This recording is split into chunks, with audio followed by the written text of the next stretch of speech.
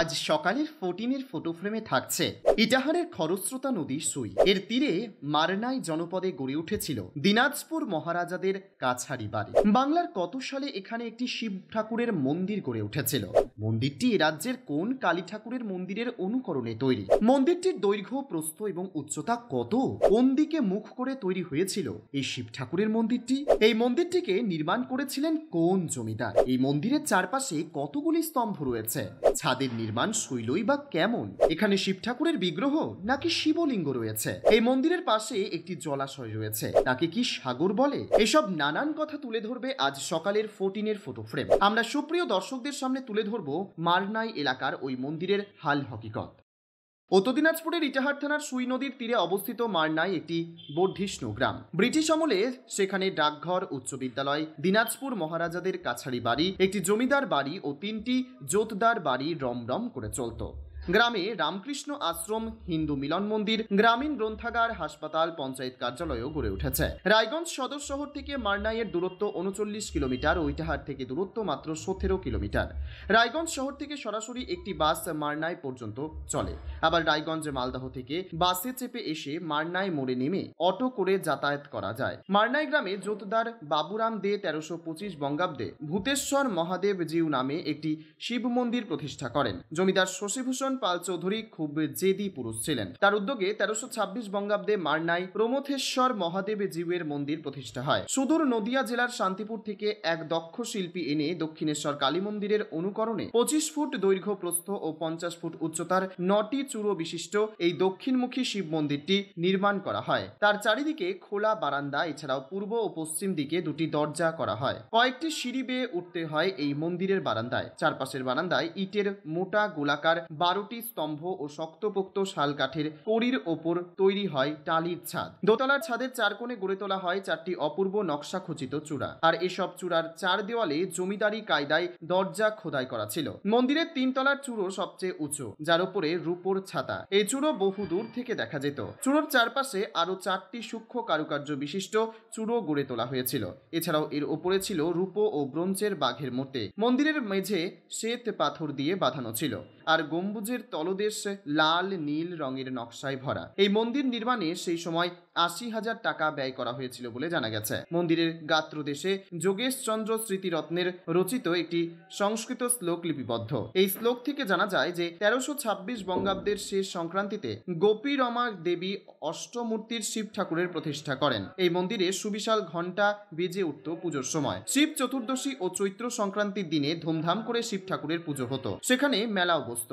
কথিত আছে, একবার প্রচন্ড খরা হলে বৃষ্টির আশায় গ্রামের কৃষিজীবী মানুষ পুজোর আয়োজন করেন। তখন প্রত্যেক ভক্ত 101টি করে বেলপাতা দিয়ে নিষ্ঠা ভরে পুজো দেন। তারপর থেকে নাকি এলাকায় বৃষ্টি শুরু হয়। 1934 সালে বিহারের মুঙ্গেরে ভূমিকম্পের সময় এই মন্দির ক্ষতিগ্রস্ত হয়। জমিদারি চলে যাওয়ার পর পাল চৌধুরীদের অর্থনৈতিক অবস্থার অবনতি ঘটতে থাকে। মন্দিরের 2টি মূর্তি চুরি হয়ে যায়। অযত্ন অবহেলায় দীর্ঘদিনের সংস্কারের অভাবে জরাজীর্ণ আকার নেয় এই মন্দিরের গায়ে আগাছা গজিয়ে ওঠে। তার ফলে ইট, বালি, চুন, সুরকির কারুকার্য খচিত গাঁথনি মন্দিরের গা থেকে খসে পড়ে ও দেওয়ালে ফাটল তৈরি হয়। সেখানে কামনা সাগর নামে জলাশয়ের ধারে মন্দিরের সামনে শিব ঠাকুরের বাহন বৃষ ও গোপীরমা দেবীর স্মৃতি মন্দির ভেঙে পড়ে। এই মন্দির সংস্কারের জন্য 2 বার পশ্চিমবঙ্গ হেরিটেজ কমিশনের কাছে লিখিত আবেদন করা হয়। এ ব্যাপারে কমিশনের সম্পাদকের সঙ্গে কথাবার্তা হয়। বহু আবেদন নিবেদনের পরে হেরিটেজ কমিশন এই মন্দির সংস্কার করে। দোতলা ছাদের সূক্ষ্ম কারুকার্য বিশিষ্ট চূড়োগুলি ভেঙে ফেলে দিয়ে সংস্কার হয় ও চুন বালির সঙ্গে সিমেন্ট ব্যবহার করা হয়।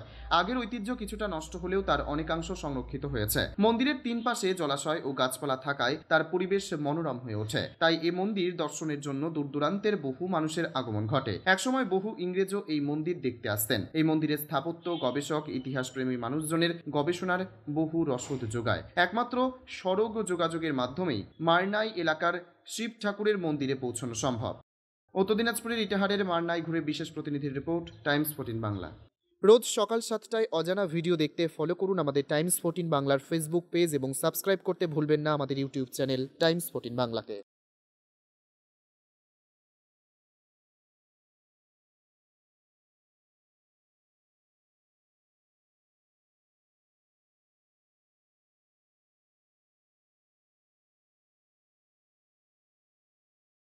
আপনি কি কিডনির রোগে ভুগছেন?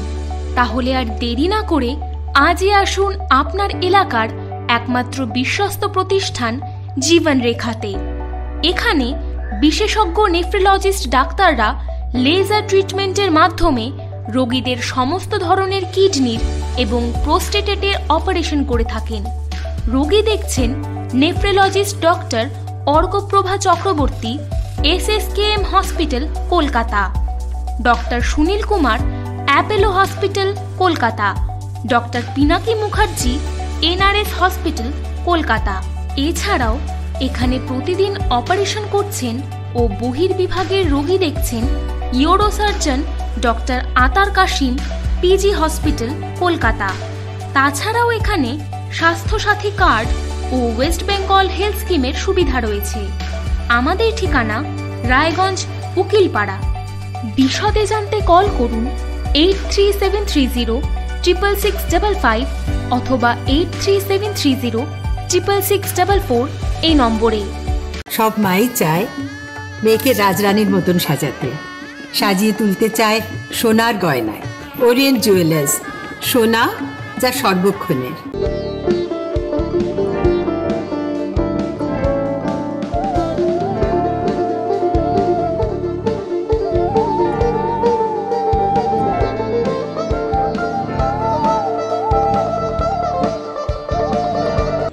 আপনি কি চাকরি পরীক্ষার্থী? চাকরি পরীক্ষার বই খুঁজছেন?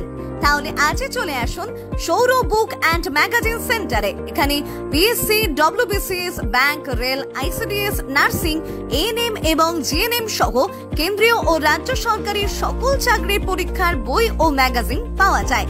আমাদের ঠিকানা ঘড়িমোড়, মোহনবাটি, রায়গঞ্জ। বিস্তারিত জানতে যোগাযোগ করুন 9002904090 অথবা 9434347016।